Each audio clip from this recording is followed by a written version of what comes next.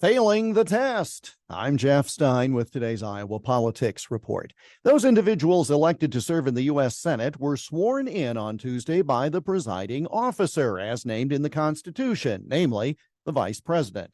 This, of course, was in contrast with the U.S. House, whose members cannot be sworn in unless by the Speaker of the House, and until there's one of those, no one can be sworn in.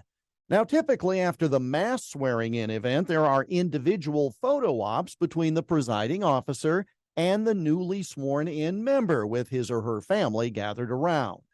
Vice President Kamala Harris and her office issued a memorandum indicating that anyone above the age of 2 who would be participating in the senatorial photos needed to show a current negative COVID test before being allowed in the room.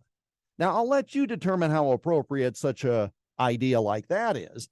What struck me, however, was the position of former Congressman and now U.S. Senator from Oklahoma, Mark Wayne Mullen. He declined to require his family to subject themselves to a cattle call type COVID test, which is so well known for false positives that the boxes containing these rapid tests have had the labeling changed to say they test for COVID plus influenza A and B. In short, they say you have something, but they're no more specific than that. Mullen said that COVID just exists for those who are in the bubble, and said his family has things to do back in Oklahoma, such as going to school and participating in a wrestling tournament.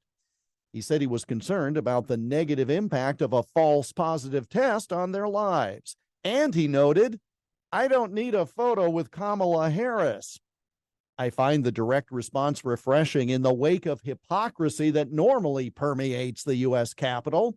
Skip the photo, let's get to work. Not a bad attitude, and one more should emulate.